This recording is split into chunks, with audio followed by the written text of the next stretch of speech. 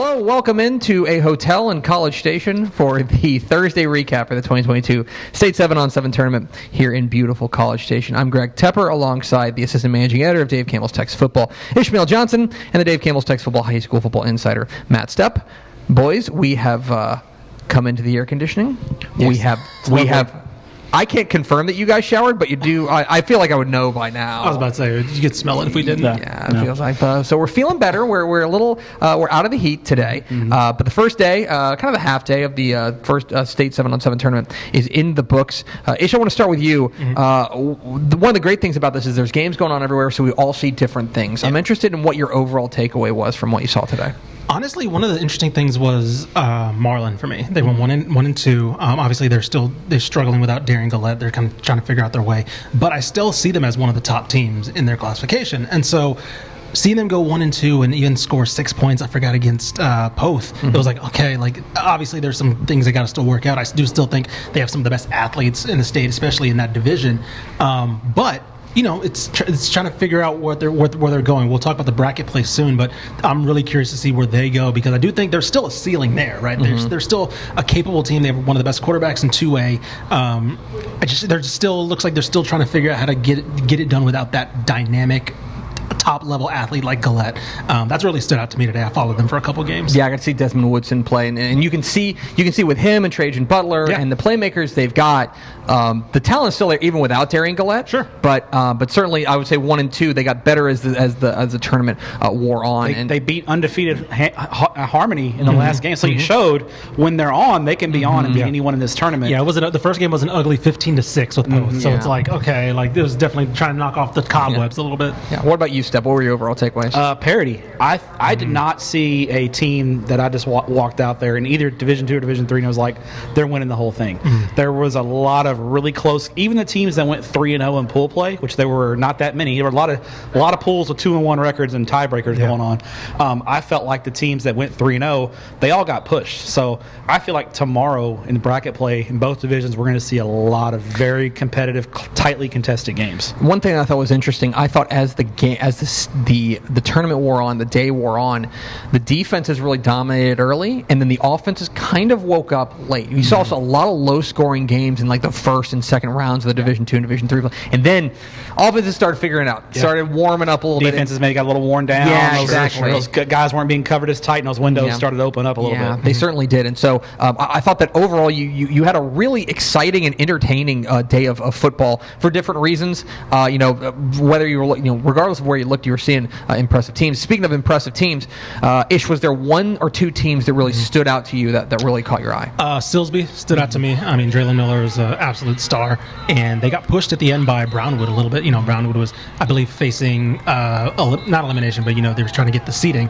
and I think it was between them and Smithville hadn't won, and they were pushing Anna, so it was really interesting to go to field. I believe that was field 8 or field 4, and seeing those 2 games go on and see them kind of come down to the wire. But I would say Silsbee overall, out of that pool especially, Silsbee really impressed me today. What about you, Stepp? I'll go with the Division 3 team. I thought Hawley was outstanding today. Really interesting. I thought Hawley, they're going to be obviously really good in football. Yeah. We watched their first game against Hearn.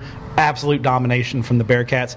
The only question for Hawley is going to be they only brought 10 kids. Are they going to wear down tomorrow? Now, it's not going to be near as warm or in the morning for bracket play, which will help Hawley, a team that's not as deep.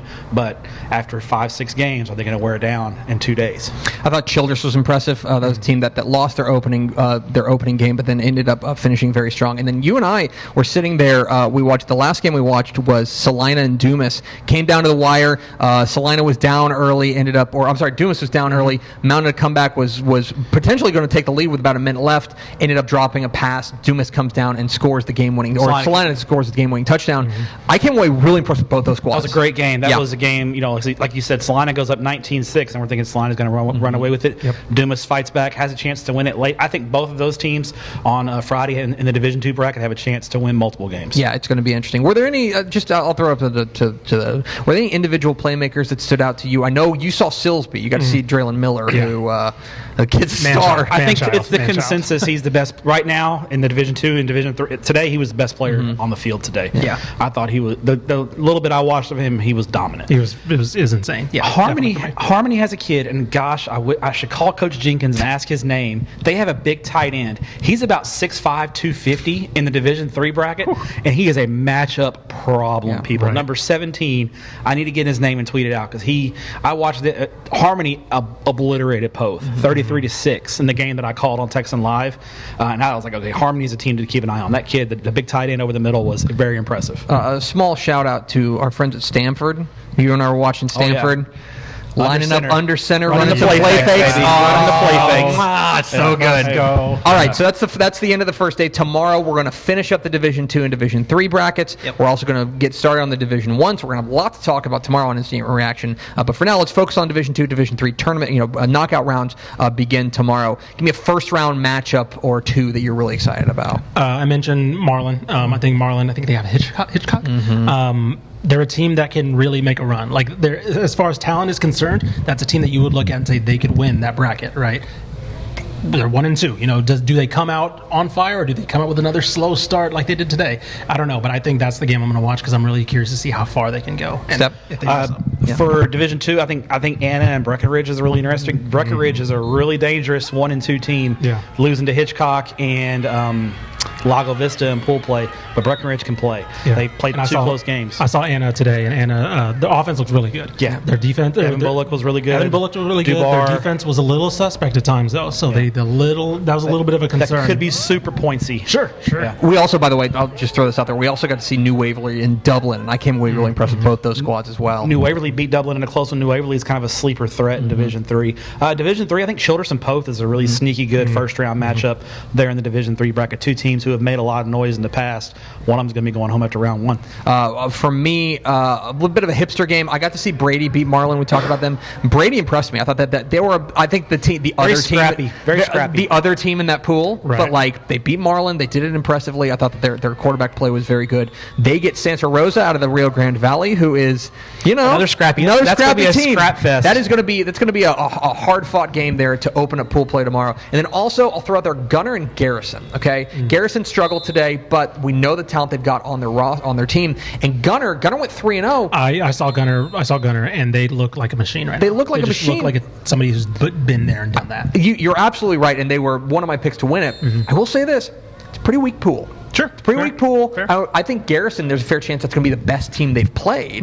All due respect, made of Flatonia in that bracket. So it's going to be very interesting to see. And then, of course, we'll get the big boys out here. Division I starts tomorrow at 1 o'clock. It's only going to be 103 degrees, so that's awesome. We're going to go get some sleep. We're going to try to cool off here, but then we will be back tomorrow for more coverage on TexasFootball.com. The State 7-on-7 tournament here in College Station.